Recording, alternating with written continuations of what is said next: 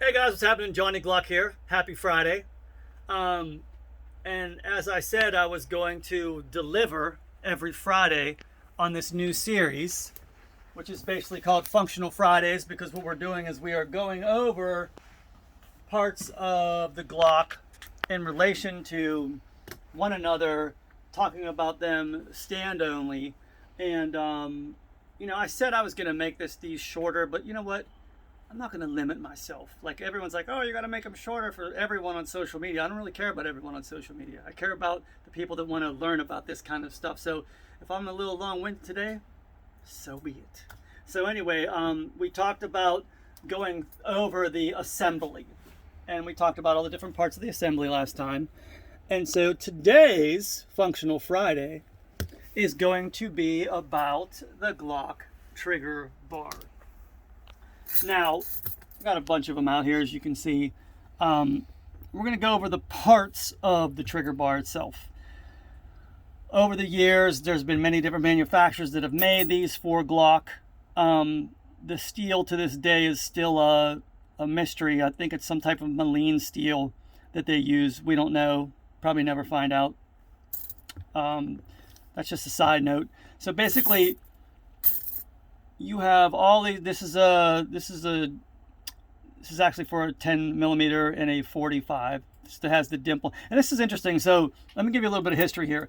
When Gen 4s first came out, and the dimple showed up on the vertical extension, everyone was like, "Oh, that's the reason why it doesn't respond as well to a 3.5 connector." Now, it's almost like pinstripes on suits. Everyone looks at the obvious place. That has absolutely nothing to do whatsoever on the pull weight. Because if that was the case, this bar came out with the original Gen 2 10 millimeter and 45 ACPs, and it has always had that button on there, or nipple, or whatever the heck you want to call it, dimple. So that's not the case. I will explain what the case is here, and that's one of those things in relation to. So there's things with these stand only, and there's things with these in relation to other parts, and that's how you learn how to build like that's how you get the trigger to behave the way you want it to behave. So we're going to stick to one thing at a time here. We're going to go over the anatomy, I guess if you could use that word, of the trigger bar with shoe assembly. So basically, this is called a transfer bar. All right, and the reason they call it the transfer bar is because it's transferring the energy through the bar to the sear right there, the cruciform kick-up, as people call it. So you can also see right here the way that is working on a Glock, which is very interesting, and we'll get to this because, you have to remember this pin that's blinded right there works in relation to this. That's why when you pull this back, when the trigger's forward and you pull it back, it actually moves the bar backwards. Otherwise, if you would think of this like, how does this whole mechanism work? This shows you a little bit better, and we're going to get more into this when we start talking about the relations of them, because this should be lifted up like that and then drops it down there. So first of all, and a lot of these words aren't like words that Glock came up with. It's just kind of words that I use. Some of them are, because Glock doesn't have any of these broken down. What I refer to this part right there would be called the hood. And the reason I say that, because, if I say, hey, you have to modify the hood, you have to take some material off there. You can see that it's rough right there. Like, let me find one that Brandon's done here. A lot of times with all of our triggers, well, let me grab one out of here. We modify that. So basically, you can see, even though these are both polished, you can see the differences in between those. One has the original cutting from when the bar was stamped, and this one is actually taken down a couple thousandths and smoothed. And the reason we do that is because this pocket, and Glocks aren't consistent, everyone thinks they're consistent frame to frame, but there are small nuances. So therefore, when this goes in here, this is giving us a little bit of extra wiggle room here, so when it seats in the gun, you know for dang sure this trigger safety in the back is not going to hang up on the frame. So that's the reason for the way that we modify this. If you ever have a trigger bar, if you ever have a setup and that's happening sometimes where that's getting jammed up, that's what you need to do. You need to remove some material from there. You don't want to try to go in here and take material out of the actual shoe itself. This is the easier modification. So that's the hood. All right, so next, moving, you can see this right angle that happens, and that's because of the way that it, let me get a frame here, that's because of the way it rests in the frame. Actually, I'll grab a, you can see how it's actually sitting in a frame right here. That'll hold it, that holds it up self-nice. So when it comes out of the trigger shoe pocket there, or the envelope or whatever, you can see it right angles over to this part. This is called the vertical extension. Now, or some people call it the shark's fin, whichever is your fancy. I'm going to be doing some video series, and I'm going to keep it particular to my wording. So this is the vertical extension. Now what happens is once you start removing pre-travel out of this system, the vertical extension starts to move back, just because you're taking pre-travel out of the system. And you can see when it starts to go backwards like that, the vertical extension is moving back. And the reason it's moving back is because its job is to depress the firing pin safety. That's basically what this piece is doing right here when it goes back. It's depressing that. And I'm going to have a cutaway gun here too, so it's going to make these, for another series I'm doing, make this stuff a little bit more, be able to see it. So one of the modifications we do to the trigger bars, we take just that very little, if you can see the difference in these two, it's just a very little bit off the top right there. You do not have to do that. I'm going to show you a different cut. It's called a scallop cut that some other companies use. In my opinion, that's completely unnecessary, and it adds to compromise, because if you think of the surface area right there that is interfacing with your trigger, with your firing pin safety, and the surface area from this cut, you have a little point versus this whole amount of surface area that is more likely going to depress the firing pin safety than just this little point right there. You getting a good shot on that? The difference in the surface area? It's a no-brainer, guys. You don't need that much pre-travel taken out.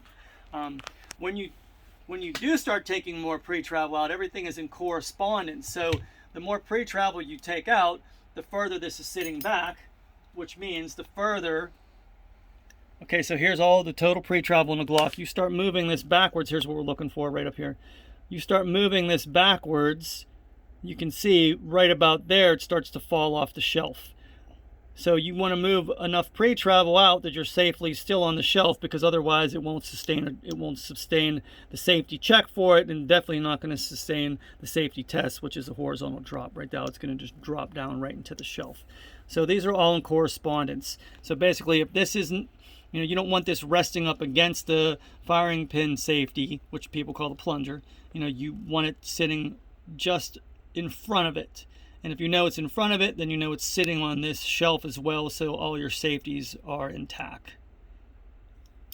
Which means the trigger safety tab, which is part of the shoe, the vertical extension, the safety there for the firing pin, and the drop shelf safety.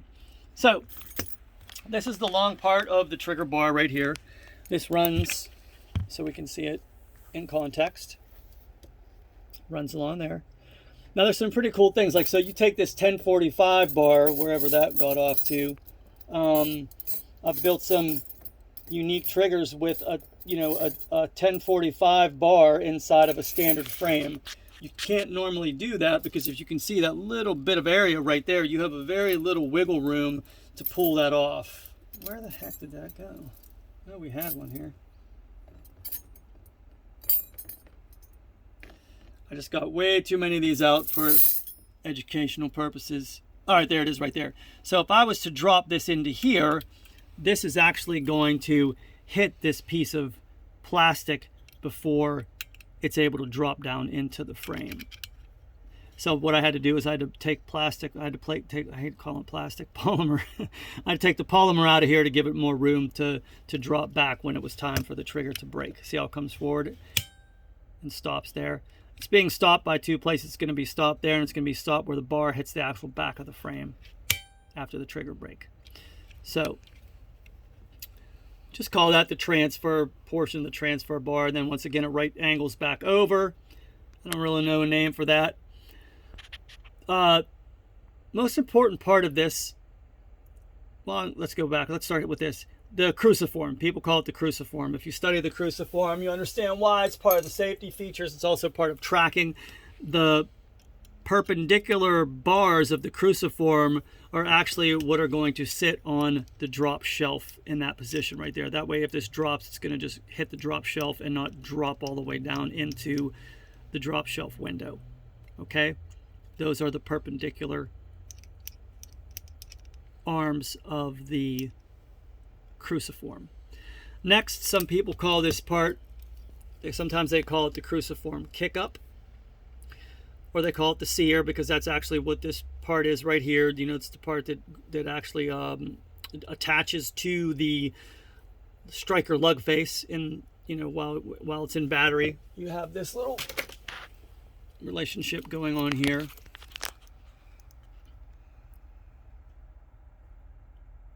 And so when the trigger goes back and down, that goes. And sometimes you'll see a mark on the top of your cruciform right there from from the striker head of the striker lug face going back over the top of it. That's just normal. That happens a lot in the Glocks, so that's nothing to worry about. But so this is one of those areas that also can be modified, but you really have to know what you're doing.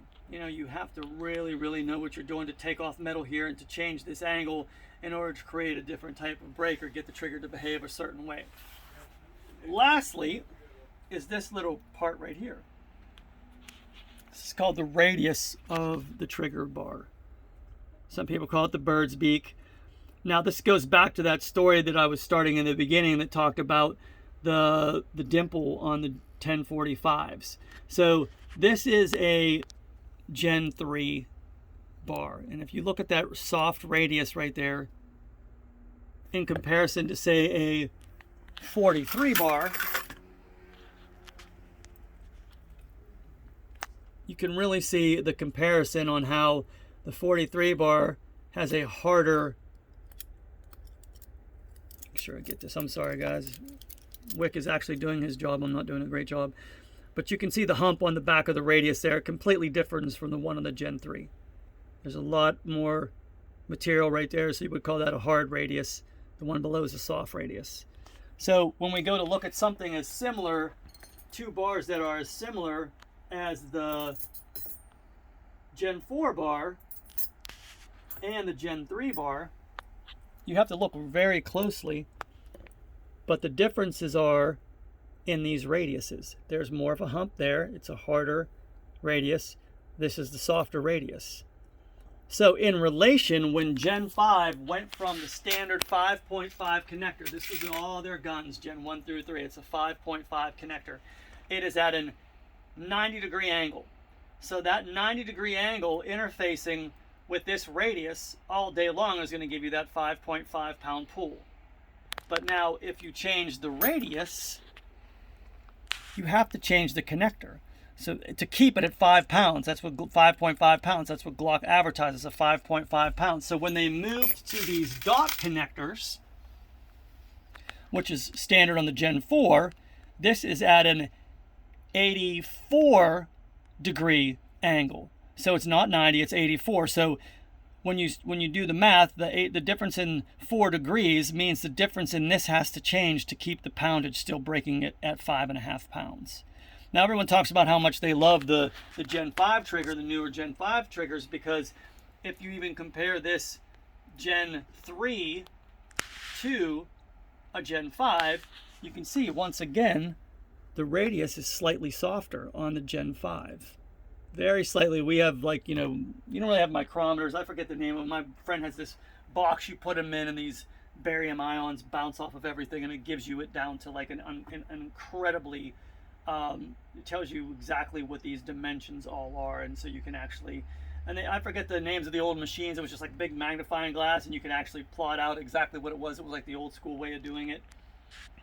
Frank, if you're listening, you can tell everyone what that thing was, the big magnifying glass and all that. I know you mentioned it to me once.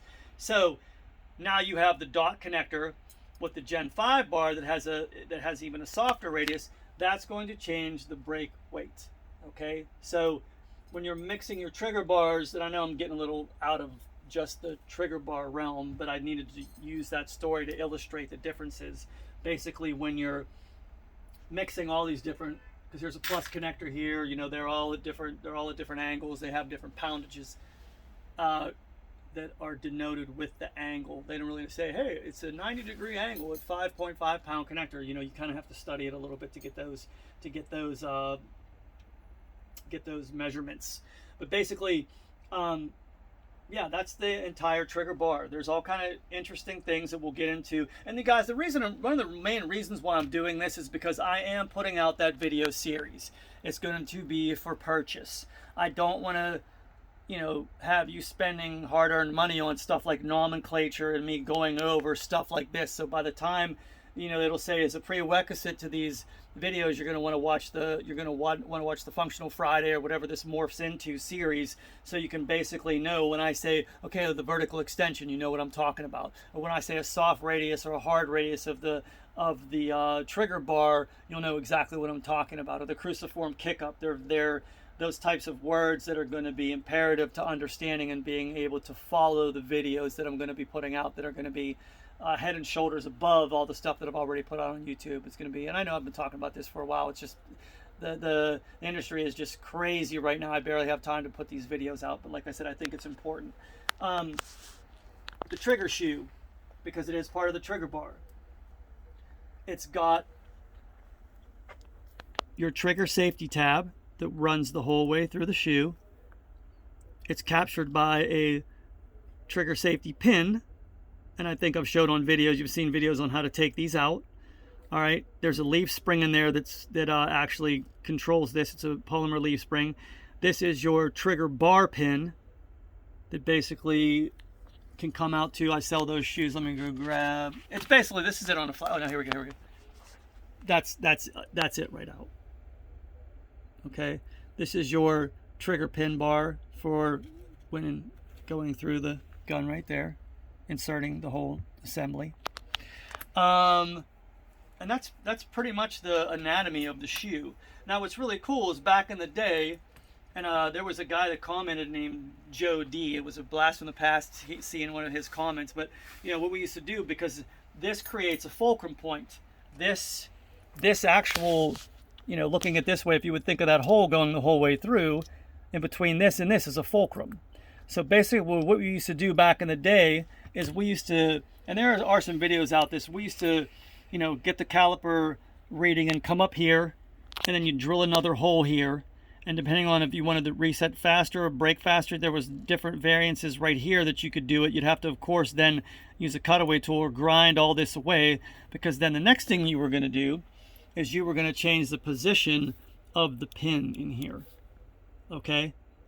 Back in the day, the standard was like 140 thousandths or something like that, where you could, or 110, I forget actually. I have all these notes written down from back in the day, and like one of my employees took home all the trash bars that I had. I was trying to find some of those to show you guys the actual way to, you know, all of the different crazy things I did to try to get this thing to behave the way I wanted to. But this was one of the first things where you change that fulcrum point, and you could have everything exactly the same in a stock Glock, and you could have it pulling at about a pound, you know. But the thing is, you know, as a trigger company, you can't consistently do that. You just can't sell that consistently, because just a couple thousands and you either have a runaway gun or it's not going to fire. It's very interesting. So basically what I found out, and this is how a lot of trigger builders got themselves in trouble, because they did that. They said, hey, this is my kit, and they changed that, and then they go out and all these other guns, and next thing you know, like, got guys going full auto and whatnot, or the gun's just not breaking. I mean, they were very, very finicky triggers. So back in the day, you would have to send me your gun, and I would do that type of service for you. But that was one of the old school things we used to do. And you know, I can still do it every once in a while. I'll you know, pull everything out and go through the caliper, and that's when you find out how hard this steel is. Not hard steel itself, but this coating is just unreal. So basically, we used to, you know, have to hit it with a automatic punch a couple times, and then take a diamond burr and just burr through this, and then you could, you know, like, you know, 30 something like 300 revolutions a minute or something like that, you're able to just start that curl and go through it very slowly. But man, try drilling through one of these and you'll find out real fast how many drill bits you can burn out. So this is today's Functional Friday. Once again, it was about the trigger bar. And then next week we're going to go over the housing and then the connector and some other things. Oh, I did forget one thing. The leg of the trigger bar right there. So this is the part that holds the, and they've gone away from this in the Gen 5s and the, but you can see the spring inside there. It's just called the trigger spring leg. Some people call it the trigger return spring, but as you can see, that has been done away with in the Gen 5s. And so they no longer have a leg. I don't know what we'll call this. Maybe we can call it a, what would you call that? Insert. Trigger clasp insert right there. It's just an insert because it goes into this new captured apparatus that they have that goes inside of there. So they got rid of the leg and the, where's the, it's not a torsion spring, I forget what they call it. They just call it a, maybe a conical spring, and they've replaced it with this. So sorry about that, I forgot about that. So many different parts to this unique trigger bar. To break it down, but yeah, so all these there's all different kind of manipulations you can do to this and enhancements that you can get to get the trigger to behave. But like guys, if you don't have the understanding, the fundamental understanding of this piece on its own and how it relates to this piece, and especially from a safety position, wherever you cut this trigger safety tab is going to correspond with this, and it's going to correspond with the drop shelf. So there's all these considerations to have while you're building these, firing systems. And if you do have it, you can dot all your I's and cross all your T's and know you have a safe system. At the same time, you can get it to work as efficiently as you want. So that is that. That is Functional Friday for this Friday, which is the 12th. I hope you all have a great weekend. Don't the clocks go back this weekend or something like that? I think so. I hope so. I really do. Anyway, www.johnnyglocks.com is the website. Johnny@johnnyglocks.com is the email, and my phone number is 941-376-4383. You guys have a great weekend, and remember, trigger control is control. Oh yeah, the painting.